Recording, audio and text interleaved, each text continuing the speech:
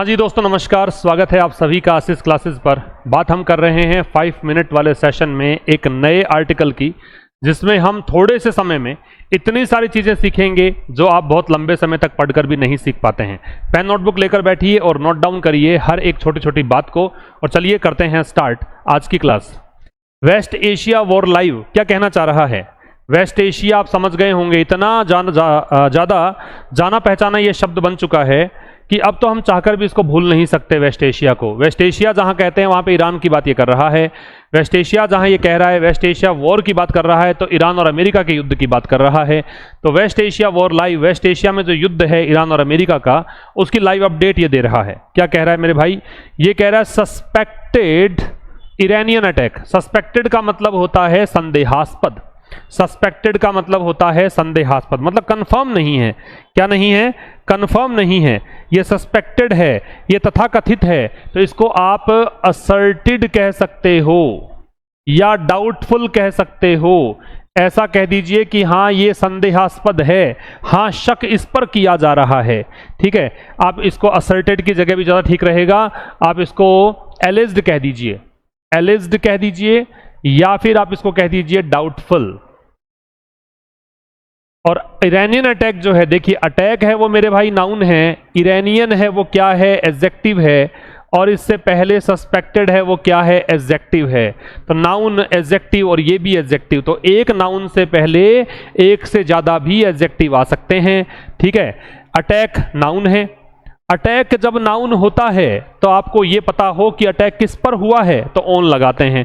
यहां से एक बात नोट करेंगे आप, क्या नोट करेंगे कि अटैक अगर वर्ब के रूप में हो तो इसके साथ हम कोई भी प्रेपोजिशन नहीं लगाते हैं, लेकिन अटैक अगर नाउन के रूप में हो तो इसके साथ हम ऑन लगाते हैं। अटैक अगर वर्ब हो तो प्रेपोजिशन नहीं लगेगा, अटैक अगर नाउन हो तो ऑन लगेगा। याद रख लेंगे इस छोटी सी बात को। तो कह रहा है सस्पेक्टेड ईरानियन अटैक, ईरान का अटैक, ईरान का हमला, और इस बारे में अभी संदेह है, तथाकथित है ये हमला। किस पर? कुर्दिश डिसीडेंट पर। डिसीडेंट जो होता है वो असहमत या फिर रिबेल, बागी कह सकते हो, या विपक्षी या विरोधी कह सकते हो। ग्रुप मतलब समूह, और कुर्दिश चूंकि देखो के कैपिटल है, इसका मतलब ये नाम है, कुर्द लोगों का समूह है ना, कुर्द लोगों का जो समूह है उसकी बात ये कर रहा है। कुर्द लोग या उनसे संबंधित संस्कृति, उससे संबंधित जो संस्कृति है उसको बोलते हैं कुर्दिश। ठीक है, तो रिबेल कह सकते हो, ओपोनेंट कह सकते हो, प्रोटेस्टर कह सकते हो। ये सब का मतलब क्या है? बागी समूह कुर्दिश लोगों का। कहां पर? इराक में। और जब मैं कोई जगह बोलता हूं वो एडवर्ब होता है, याद रखिए। किल्स चूंकि हेडलाइन है, और हेडलाइन में प्रेजेंट सिंपल का हम प्रयोग करते हैं, याद रखिए प्रेजेंट सिंपल है। वैसे तो पढ़ना पड़ेगा कि मार देता है, लेकिन पढ़ोगे क्या? पास्ट में मार दिया, एटलीस्ट 9, कम से कम 9 लोगों को। तो वेस्ट एशिया वॉर की लाइव अपडेट ये दे रहा है। ये कह रहा है ईरान का जो हमला है कुर्दिश बागी ग्रुप पर, है ना। कुर्दिश जो बागी ग्रुप है, डिसीडेंट एडजेक्टिव है, ग्रुप नाउन है, कुर्दिश भी एडजेक्टिव है, और ऑन इसलिए लग रहा है कि अटैक यहां पे नाउन है। तो जो सस्पेक्टेड ईरानियन अटैक है, मतलब इस बारे में संदेह है, कंफर्म नहीं है कि ईरान ने हमला किया होगा ये कुर्दिश डिसीडेंट ग्रुप पर, कुर्दिश बागी समूह पर। कहां पर? इराक में। और इस हमले में कितने लोग मारे गए? कम से कम 9 लोग मारे गए। अब कह रहा है India did not immediately claim responsibility, Iran did not immediately claim responsibility. Iran ने, अब थोड़ा सा इसको जूम कर दूं क्या? देखिए ईरान ने, ये सब्जेक्ट हो गया, डिड नॉट ये हेल्पिंग वर्ब है, नॉट का नामकरण क्या करते हैं हम? एडवर्ब। नॉट क्या होता है? एडवर्ब। और ये क्या है? Main verb. इमीडिएटली क्या है? वर्ब से पहले आ रहा है और एलवाई लगकर आ रहा है, तो ये एडवर्ब है। रेस्पॉन्सिबिलिटी नाउन है, ये इस क्लेम का ऑब्जेक्ट है। ठीक है, तो ईरान ने तुरंत रेस्पॉन्सिबिलिटी एक्सेप्ट नहीं की। क्लेम रेस्पॉन्सिबिलिटी का मतलब है जिम्मेदारी नहीं ली। ईरान ने तुरंत जिम्मेदारी नहीं ली। होता है ना कि अटैक हुआ तुरंत ट्वीट करते हैं कि अटैक हमने करवाया है, बिगाड़ लो क्या बिगाड़ लोगे। तो ईरान ने इस हमले की जिम्मेदारी तुरंत नहीं ली। आगे कह रहा लेकिन, ये कंजंक्शन हो गया। अब ईरान की ही वर्ब है, ईरान यहां सब्जेक्ट है, इसकी वर्ब है हैज, इसकी मैन वर्ब है टारगेटेड, और मैन वर्ब से पहले क्या आता है? एडवर्ब। लेकिन इसने बार बार में टारगेट किया है किसको? कुर्दिश बागियों को, कुर्दिश डिसिडेंट्स को, कहां पर? इराक में। बताओ इराक क्या है? In Iraq adverb.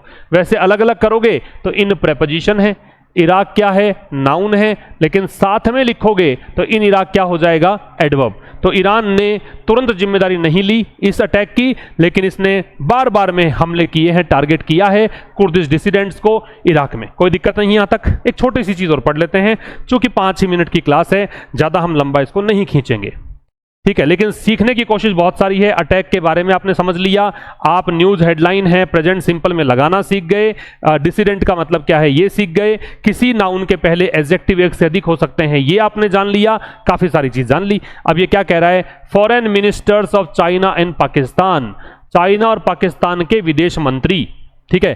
Cold on, ये तो हो गया सब्जेक्ट पूरा, फॉरेन मिनिस्टर्स ये वर्ब है। और जब वर्ब के साथ प्रेपोजिशन या एडवर्ब जुड़ा रहता है, देखो ऑन जुड़ रखा है, तो इसको हम नाम देते हैं फ्रेजल वर्ब्स। क्या नाम देते हैं? Phrasal verb. फ्रेजल वर्ब है ये। कॉल ऑन का मतलब क्या होता है? इसका मतलब होता है आग्रह करना, अर्ज करना, आग्रह करना, अर्ज करना, ये कहलाता है कॉल ऑन, ठीक है। तो इन्होंने क्या किया? अर्ज किया। इन्होंने क्या किया? अपील करी, ठीक है। अपील किससे करी? यूनाइटेड स्टेट्स से। यूएस के पहले दे लगता है, क्या खास बात है? यूनाइटेड स्टेट्स बहुत बड़ा देश है, पावरफुल है, इसलिए दे लगता है क्या? नहीं, इसलिए दे लगता है क्योंकि यहां यूनाइटेड शब्द जोड़ रखा है। तो अगर किसी देश के नाम में यूनाइटेड शब्द जोड़ रखा हो तो वहां पे दे लगता है। तो ये कह रहा है कि फॉरेन मिनिस्टर्स जो हैं चाइना और पाकिस्तान के, उन्होंने यूएस और ईरान से आग्रह किया। क्या आग्रह किया? कि मेरे भाई एंड कर दो, अंत कर दो, किसका? फाइटिंग का, लड़ाई का, और क्या करो? और लौट आओ, है ना। टू एंड दे रखा है, यहां टू रिटर्न नहीं लगाया इसने। क्यों? क्योंकि एंड करने के बाद इसके इसी दिशा में काम कर रहा है, एक ही दिशा में होने वाला काम। अगर अलग अलग काम नहीं है तो टू एक बार ही लगता है। टू प्लस बेस फॉर्म को हम क्या बोलते हैं? इन्फिनिटिव बोलते हैं। टू के साथ वर्ब की बेस फॉर्म है, इसको हम क्या बोलते हैं? इन्फिनिटिव। तो ये कह रहा है कि एंड कर दो लड़ाई का और लौट आओ कहां? नेगोशिएटिंग टेबल पर। नेगोशिएटिंग टेबल क्या होती है? वो टेबल जहां पे डिस्कशन हो सकता है, नेगोशिएशन हो सकता है, बातचीत हो सकती है, उस टेबल पर लौट आओ। आफ्टर मीटिंग, ये बात उन्होंने कब कही? मीटिंग के बाद, है ना। मीटिंग के बाद कही शंघाई में, आफ्टर यहां प्रेपोजिशन है, ठीक है। मीटिंग के बाद कही कहां पर? शंघाई में। ये बताओ क्या हो गया? एडवर्ब। जैसे इन इराक एडवर्ब था, वैसे ही इन शंघाई भी क्या है? एडवर्ब है। इन अलग से देखोगे तो इन प्रेपोजिशन है और शंघाई क्या है? नाउन है। बात समझ में आ गई? तो ये 5 मिनट की क्लास में आपने जान ली है बहुत सारी चीजें।